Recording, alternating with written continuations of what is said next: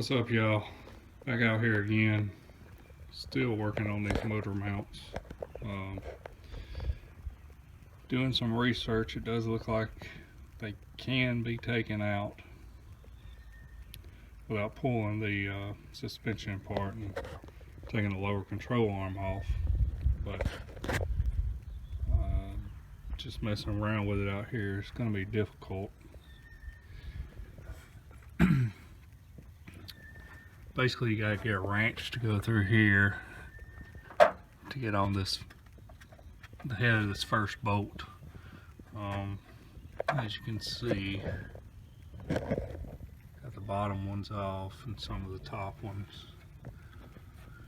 Not worried about getting this one off, but you can actually get a wrench on it. These top front ones are the problem at this point. It's rained, so don't have any help right now. Really need to get this thing pushed in the shop, but I'm going to try to keep on working at it and see if I can get it done. And when I do, I'll be sure to tell everybody how I did it. Maybe save some other people some trouble. So catch you in the next part of the clip.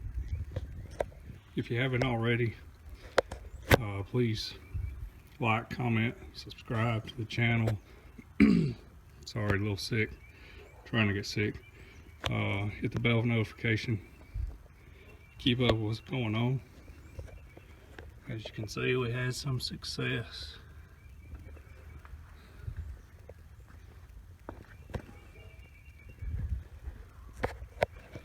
So after the last video, we actually sat out here and fought this thing for a few hours. I did some looking around on YouTube and Google. I think it was G-Body forums. They said it was possible to get it out without having to take the A-arm off. So one thing I found out, you're gonna have to take the open end of a 15, go in through here, barely catch it. But here's the thing, it's like you can't get the right angle on it if you're doing it from above the car, so you gotta be laying underneath it where you can see the head of the bolt, and then for whatever reason it allows you to get the right angle and you can get that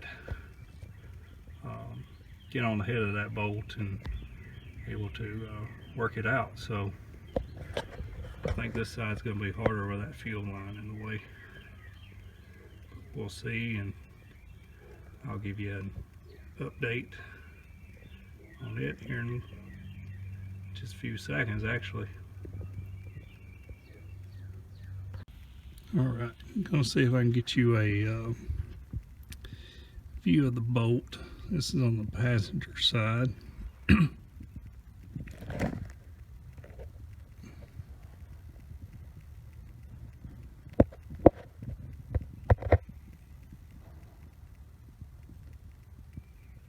don't know if you can really see it there.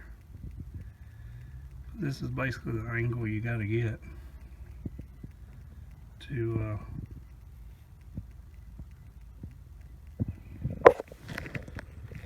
be able to get to the head of that bolt. So there's two of them out successfully. I don't know how hard the other ones are going to be to get back in. I'm going to try to probably tape the bolt to the wrench, working through these holes on the top, and then stick them through, putting a nut on them. So hopefully that'll work. So the Holley system mounts up the top two in this hole and this hole, and then this one, and like factory, the bottom front one hangs off the front, so it doesn't bolt into anything.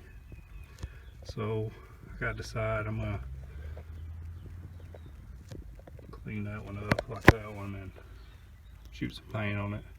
I gotta decide if I'm gonna go back with these stock bolts or go get me some grade 8 to go in there, since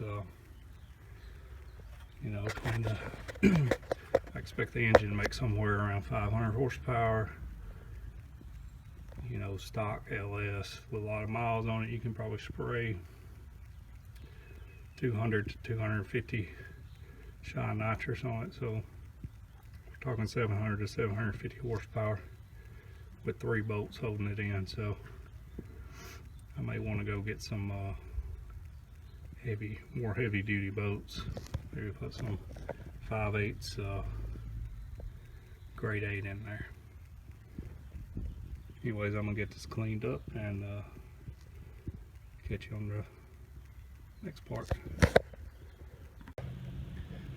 Alright, just to clarify, I know I just said 5/8 bolt. What I was thinking was 5/8 head, which would be a 7/16 bolt, but they won't fit. So I guess I'm just gonna put the stock ones back in. Hope they don't break. I really need to get this thing in as soon as possible. Weather's gonna turn bad again, of course. I mean, we're in February. But just to recap, make sure everybody understands how to get these. Okay, your bottom down there, you're gonna have to go in with extensions and a ratchet, and there's a gap in here that you can get up through there.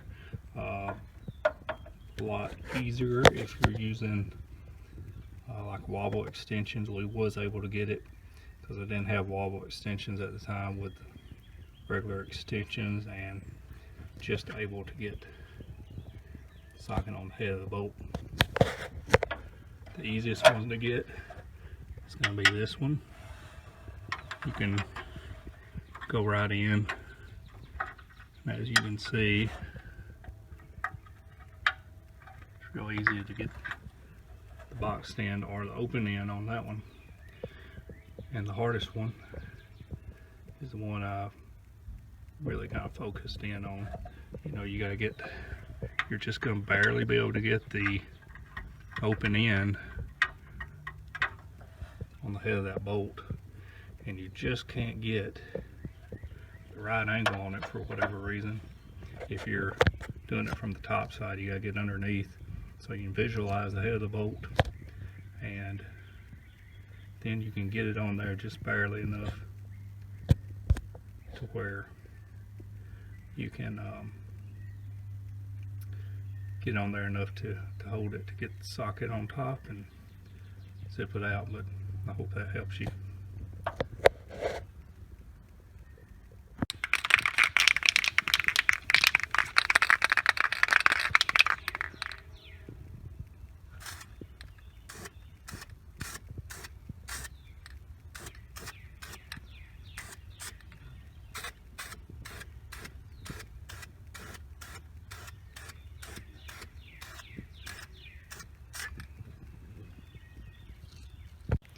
Alright, so after a lot of struggle and frustration, got the motor mounts in. It's just one of those deals, you just gotta know exactly where to get and the angle to get it at. So did have to jack it up to be able to access the right angle on the lower bolts. Decided to put the bolts in from the top this time. It'd be easier than trying to fish them up through the bottom, putting nuts on. And we just have to hold the nut on the bottom once you get started. So that's the way to get the motor mounts changed in the G-body. I will tell you that since we are doing an LS swap and moving it back, you know, this used to be the original front hole. It did make it easier to access, so. There you go. swap on the motor mounts is complete. Be getting the engine put in here shortly. Thanks for watching. Like, comment, and subscribe.